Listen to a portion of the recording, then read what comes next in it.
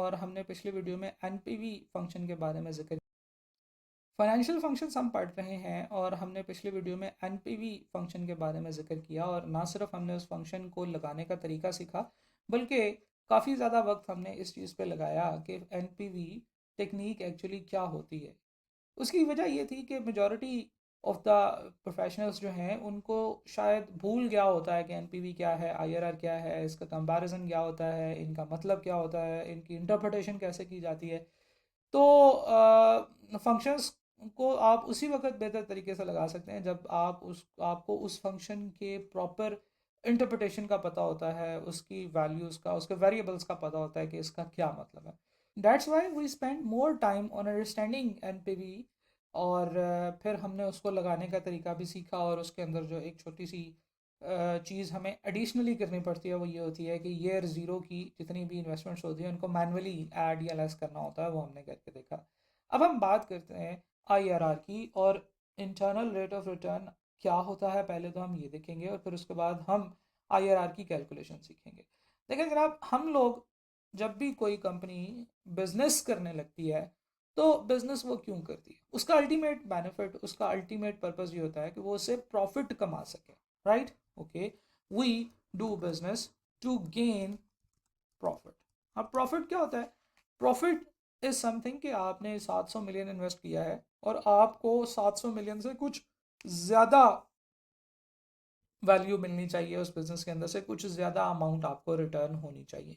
ठीक है जी। तो anything over and above your initial investment, everything over and above your total expenditure, कि आपने इस बिजनेस में टोटल कितना एक्सपेंस किया है, उससे ऊपर आपको जितना मिलेगा वो आपका प्रॉफिट होगा। तो जनाब, एक और चीज़ भी तो है। एक इंस्टीट्यूट होता है जिसे हम कहते हैं बैंक। बैंक आपको कहता है कि आप उसके पास जाके इन्वेस्ट करें, और उस इन्वेस्टमेंट से वो आपको हर साल या हर एक स्पेसिफिक पीरियड के बाद इंटरेस्ट देगा, जिससे आपकी पैसे की वैल्यू में कमी इंक्रीज आता चला जाएगा और आपको वहाँ से भी प्रॉफिट मिलेगा। तो जब भी कभी आप कोई बिज़नेस शुरू करना चाहते हैं, जब भी कभी आप बिज़नेस शुरू करने का सोच रहे होते हैं, तो आपकी जेब में कुछ कैश होता है। आपके पास एक बिज़नेस अगर है, अगर आप सोच रहे हैं कि ये बिज़नेस किया जाए, तो एक छुपी हुई पैसिव ऑप्शन भी होती है हमेशा कि यार ये पैसे बैंक में जमा करा देते हैं, कहाँ बिजनेस की इतनी टेंशन लेंगे। तो जनाब, बिजनेस और बैंक दोनों एक ही तरह से काम करते हैं। और इन नट शेल अगर हम बात करें, अगर इन समरी, इन प्रेसी अगर हम बात करें, तो जैसे बैंक में आप पैसे देते हैं और आपको बैंक से पैसे मिलते हैं, similarly business is also a thing, an activity जिसमें आप पैसे लगाते हैं तो आपको पैसे वापस मिलते हैं। सही है। यानी कि बैंक में पैसे दिए आपको जो है ना वो इनिशियल पैसे भी वापस मिले, आपको प्रॉफिट भी मिला। आपने बिजनेस में पैसे लगाए, आपको इनिशियल इन्वेस्टमेंट भी वापस मिली और आपको प्रॉफिट भी मिला। ठीक है। यहाँ बीच में बिजनेस में आपने कुछ एक्टिविटीज़ की, आपने बिजनेस के ऊपर वक्त लगाया और सारा कुछ, तो उसकी सैलरी आप ले चुके हैं, वो जस्ट लाइक एक जॉब थी। तो अगर गौर से देखा जाए तो बिजनेस भी बैंक की तरह ही अगर काम करे तो बिजनेस को पैसे देने होते हैं और वो पैसे आपको वापस मिलते हैं। तो जनाब, अगर मैं ये कहूँ कि business is something just like a bank, अगर हम अपने बिजनेस को एक बैंक ट्रीट करें कि यार इधर पैसे लगा रहे हैं और इधर से पैसे वापस आने हैं, तो वो जो पैसे बिजनेस से हमें वापस मिल रहे हैं वो किस रेट ऑफ रिटर्न पे मिल रहे हैं। राइट। फर्ज करें कि मैं कहता हूँ कि जनाब मैं एक बिजनेस में इन्वेस्ट कर रहा हूँ 700 मिलियन, मुझे ये इस इतने पैसे वापस मिल रहे हैं, तो ये मुझे एक्चुअली किस अमाउंट पे मिल रहे हैं, ये रेट ऑफ रिटर्न क्या है इसका। तो एक बिजनेस के कैश फ्लोज को देख के वर्क बैक करते हैं हम और एक रेट निकालते हैं जिसको हम इंटरनल रेट ऑफ रिटर्न कहते हैं। ये वो रेट ऑफ रिटर्न होता है जो, अगर हम अपने बिजनेस को एक बैंक के तौर पर ट्रीट करें कि यार इधर पैसे लगाए उधर से पैसे मिलने हैं, तो वो जो पैसे वापस मिलने हैं उसका रेट ऑफ रिटर्न क्या है, उसका इंटरेस्ट रेट क्या है, जिस रेट के ऊपर वो पैसे हमें वापस मिल रहे हैं, this is what we call internal rate of return. Right, okay. Internal rate of return, एक बिजनेस में आप पैसे लगाते हैं, उसके सारे कैश फ्लोज हैं, उस सारों की वर्किंग शर्किंग करके हमें उस बिजनेस का इंटरनल रेट ऑफ रिटर्न निकल आया हमारे पास कि ये बिजनेस जो है ना ये एक्चुअली इन रियलिटी हमें इतने परसेंट प्रॉफिट पर ईयर दे रहा है। तो उसकी कैलकुलेशन जो है वो बहुत ही ईजी है। हम लोग इक्वल टू प्रेस करेंगे और उसके बाद IRR टाइप करेंगे। IRR is internal rate of return of A series of cash flows. ठीक है जी। वो मुझे कह रहा है कि बताएं जी वैल्यूज। मैंने यहाँ से लेकर यहाँ तक सारी वैल्यूज सेलेक्ट की। अब यहाँ पे आपने गौर किया होगा कि मैंने ईयर ज़ीरो की कैश फ्लोज भी इसमें इंक्लूड कर दी हैं, और जो कैश आउटफ्लो है वो नेगेटिव लिखी हुई है और जो कैश इनफ्लो है वो पॉजिटिव लिखी हुई है। तो इन दोनों बातों का ख्याल रखना है आपने। सारी present and future cash inflows and outflows उन सब को लेना है, और जो कैश आउटफ्लो है वो नेगेटिव में लिखी जाएगी और जो इनफ्लो है वो पॉजिटिव में लिखी जाएगी। Right, okay. अब मैं ब्रैकेट को क्लोज कर रहा हूँ। एक उसने आपसे ऑप्शनल आर्ग्यूमेंट पूछा है विच इज कॉल्ड गेस। उसने आपसे पूछा बताएं गैस क्या होगा। इसके बारे में मैं अभी एक्सप्लेन करता हूँ, but this is an optional argument. ये रिक्वायर्ड आर्गूमेंट नहीं है, तो हम इसको इग्नोर कर सकते हैं। ब्रैकेट क्लोज करेंगे, एंटर करेंगे, तो इट सेज इट इज़ 0.08। इसको परसेंटेज साइन लगा देते हैं तो हमारे पास आ जाएगा 8%, और बल्कि 2 डेसिमल तक ले जाते हैं 8.43%। सो जनाब, ये जो बिजनेस के कैश फ्लोज हैं, अगर हम इनके ओरिजिनल रेट ऑफ रिटर्न की बात करें तो ये ऐसे ही है जैसे ये 8.43% इंटरेस्ट हमें दे रहा है। इन अदर वर्ड्स, ये बिजनेस हमें एक ऐसे बैंक की तरह प्रॉफिट दे रहा है जिसका रेट ऑफ रिटर्न 8.43% होगा। सही है। Internal rate of return is the rate of return of the business जो कि उसके तमाम कैश फ्लोज को सामने रखते हुए हमें नज़र आ रहा है कि यार ये बिजनेस से हमें इतना प्रॉफिट आ रहा है। ठीक है जी, क्योंकि देखें पर्पस तो यही है ना कि हमने प्रॉफिट कमाना है। अब वो जो प्रॉफिट इस बिजनेस में से आ रहा है उसका इफेक्टिव रेट कितना है, वो 8.43% है। अब हमारे लिए चीज़ें बड़ी आसान है।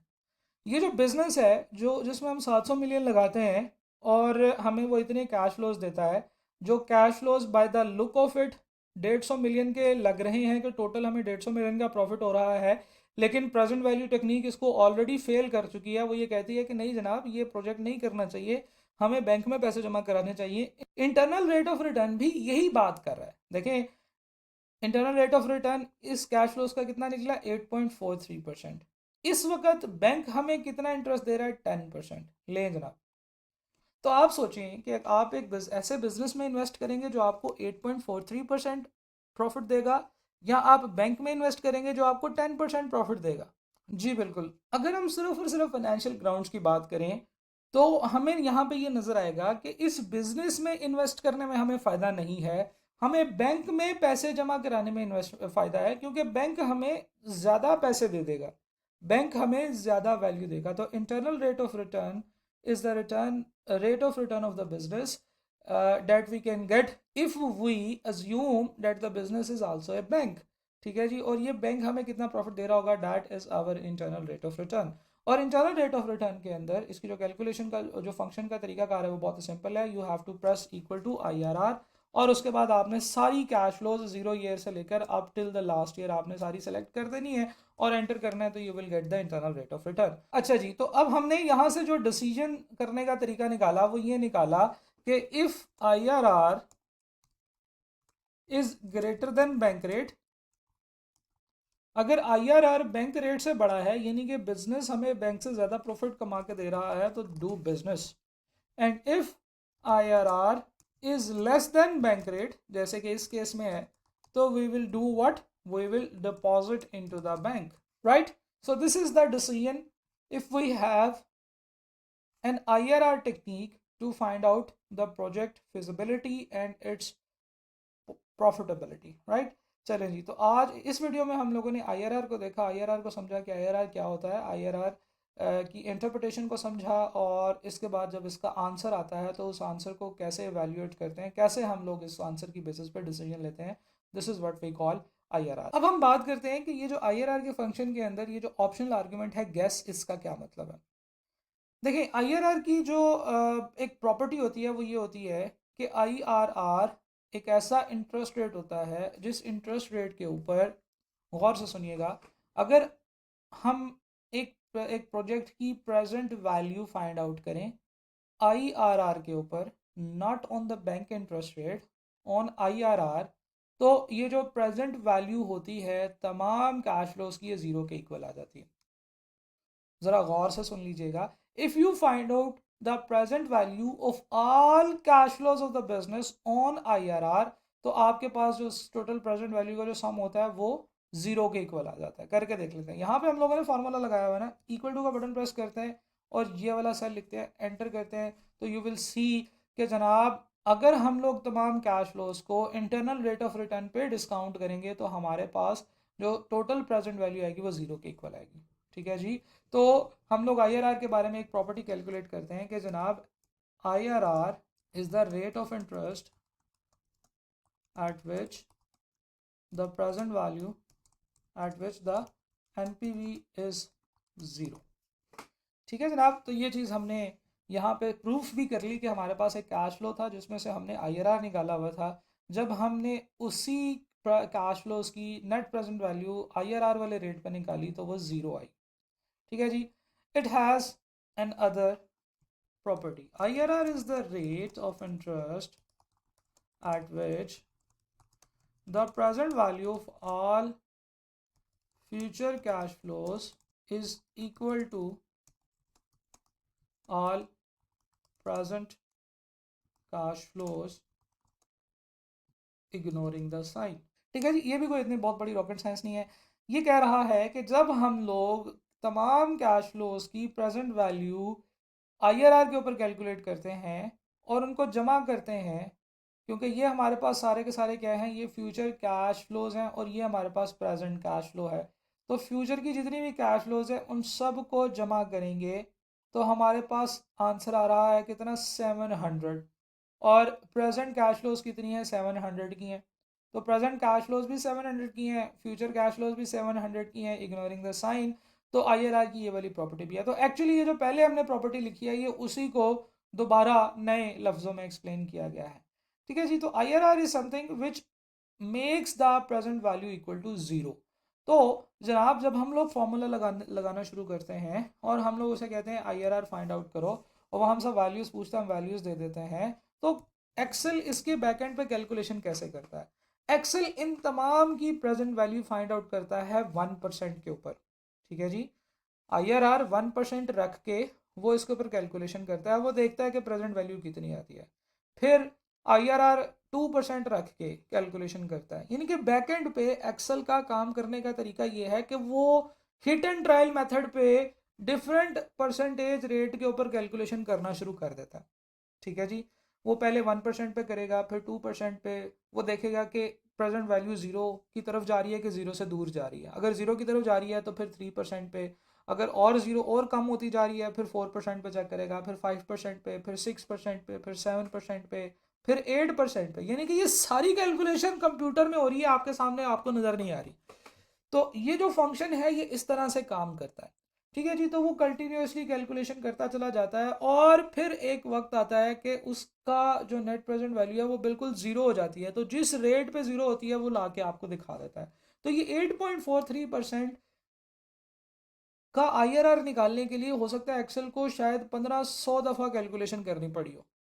ठीक है। लेकिन वो कैलकुलेशन क्योंकि हमारे कंप्यूटर्स बहुत फास्ट हैं और हम लोग अब आजकल बड़े फास्ट प्रोसेसर के साथ चल रहे हैं, वो कैलकुलेशन हमें नज़र नहीं आई और फ़ौरन से उसका आंसर हमारे सामने आ गया। अब इस फंक्शन के अंदर आपको गैस इसलिए आपसे पूछा जाता है कि आपके ख्याल में इसका जो रेट है वो कितना होगा, ताकि आपके गैस से माइक्रोसॉफ्ट एक्सेल कैलकुलेशन करना शुरू करे, उससे आगे पीछे जाना शुरू करे। और हो सकता है कि if you provide a gas और आपके गैस से कैलकुलेशन चल रही हो तो वो 1500 की बजाय शायद उसको 400-500 कैलकुलेशंस करनी पड़े और आपको ज़्यादा क्विकली आंसर मिल जाए। तो जनाब this was the concept of gas. बहरहाल आपको इसको इग्नोर कर देने में कोई मसला नहीं होगा। You can ignore this argument and you just close the bracket and you will get your required answer IRR। और IRR में हम लोग ये रेंज सीधी करते हैं, bracket close, enter, you will get 0.08 which is actually the percentage, 8%, and if you increase the decimal this is 8.43%। Right. चले जी, अगली video में हम कुछ और फंक्शंस देखते हैं। Thank you very much.